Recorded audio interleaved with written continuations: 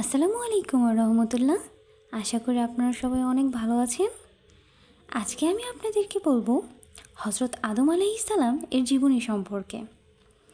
আদম আলাইহিসসালাম এর মাধ্যমে মানব সভ্যতার সূচনা হয়েছিল। বিশ্ব ইতিহাসে প্রথম মানুষ ও প্রথম নবী হিসেবে আল্লাহ পাক আদম আলাইহিসসালামকে নিজ দুহাত দ্বারা সরাসরি সৃষ্টি করেন। মাটির সকল উপাদানের সার নির্যাস একত্রিত করে আঠালো ও পোড়ামাটির ন্যায় শুষ্ক মাটির তৈরি সুন্দরতম অবয়বে রুহ ফুঁকে দিয়ে আল্লাহ আদমকে সৃষ্টি করেছেন। তার দেহের দৈর্ঘ্য ছিল ৬০ হাত। তিনি ছিলেন প্রথম মানুষ ও প্রথম নবী। আসমানি ধর্মগুলোর মধ্যে ইসলাম, খ্রিস্টান ও ইহুদিদের বিশ্বাস হলো পৃথিবীর সব মানুষ আদম আলাইহিসসালাম এর বংশধর।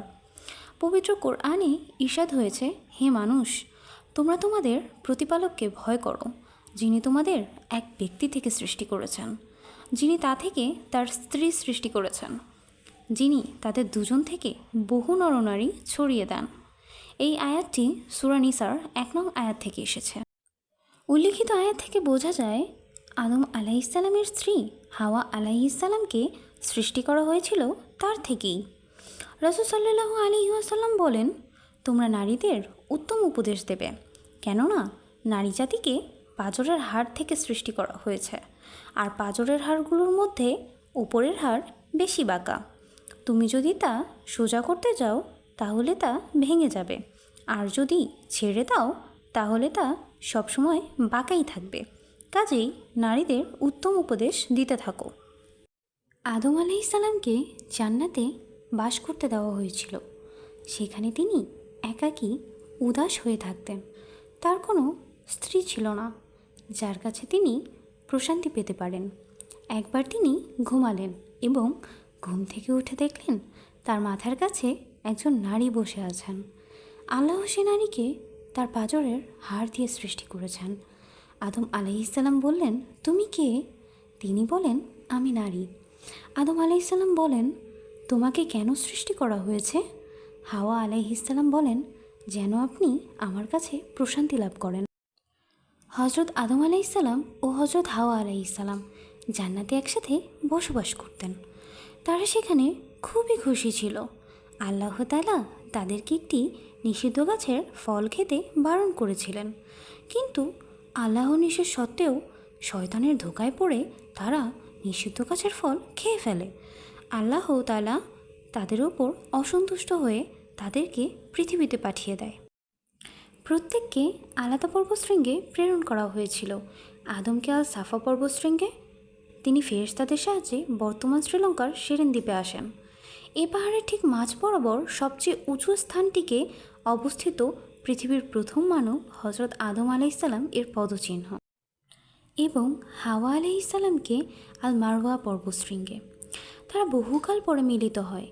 তাদের জান্নাতে কোনো সন্তান হয়নি। পৃথিবীতে আসার পর তাদের ২০ জোড়া ছেলে ও মেয়ে হয়। প্রতি জোড়ায় একটি ছেলে ও একটি মেয়ে হয়েছিল। গর্ভ যখন গুরুতর হয় তখন তারা উভয়ই আল্লাহর কাছে প্রার্থনা করে, যদি আপনি আমাদের এক পূর্ণাঙ্গ সন্তান দেন তাহলে আমরা কৃতজ্ঞ থাকব। উক্ত আয়াতটি সূরা আরাফের ১৮১ নং আয়াত থেকে এসেছে।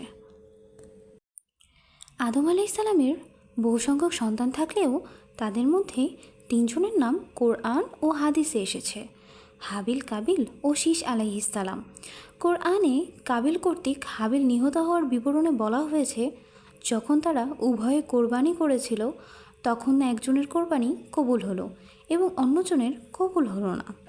একজন বলল, আমি তোমাকে হত্যা করবই। অন্যজন বলল, অবশ্যই আল্লাহ মুত্তাকিদের কোরবানি কবুল করেন।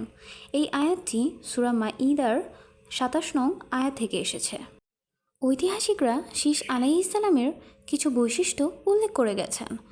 আদম আলাইহিসসালামের ওসিয়ত অনুসারে তার মৃত্যুর পর শীস আলাইহিসসালাম পরিবার ও সমাজের অভিভাবক হন। আল্লাহ তাকে ৫০টি সহিফা অপ্রধান ঐশী গ্রন্থ দান করেন। তিনি সর্বপ্রথম কাবা নির্মাণ করেন। আদম আলাইহিসসালাম ও তার স্ত্রী হাওয়া আলাইহিসসালাম এর মৃত্যু সম্পর্কে আল্লামা ইবনে কাসির রাদিয়াল্লাহু তাআলা আনহু লিখেছেন, কোনো এক শুক্রবার আদম আলাইহিসসালাম ইন্তেকাল করেন। তার মৃত্যুর পর ফেরেশতারা জান্নাতি কাপড় ও সুগন্ধি নিয়ে হাজির হন এবং তারা তার কাফন দাফন ও জানাজার নামাজ আদায় করেন। তারপর তারা বলেন, হে আদম সন্তান, এই হলো তোমাদের দাফনের নিয়ম। আদম আলাইহিসসালাম এর মৃত্যুর 1 বছর পর হাওয়া আলাইহিসসালাম এর মৃত্যু হয়। তবে আদম আলাইহিসসালামকে কোথায় দাফন করা হয় তা নিয়ে মতভিন্নতা রয়েছে। মৃত্যুকালে আদম আলাইহিসসালাম এর বয়স হয়েছিল 1000 বছর। আজ এই পর্যন্তই থাকতে হবে। আপনারা পরবর্তীতে কোন নবীর জীবনী সম্পর্কে জানতে চান অবশ্যই কমেন্টের মাধ্যমে আমাকে জানাবেন, এবং আমার ভিডিওটি ভালো লেগে থাকলে অবশ্যই আমার চ্যানেলটিকে সাবস্ক্রাইব করে দিয়ে বেল আইকনটি অন করে দেবেন, যেন পরবর্তী ভিডিওটি আপলোড দেওয়ার সাথে সাথে আপনারা নোটিফিকেশন পেয়ে দেখতে পারেন। আল্লাহ হাফেজ।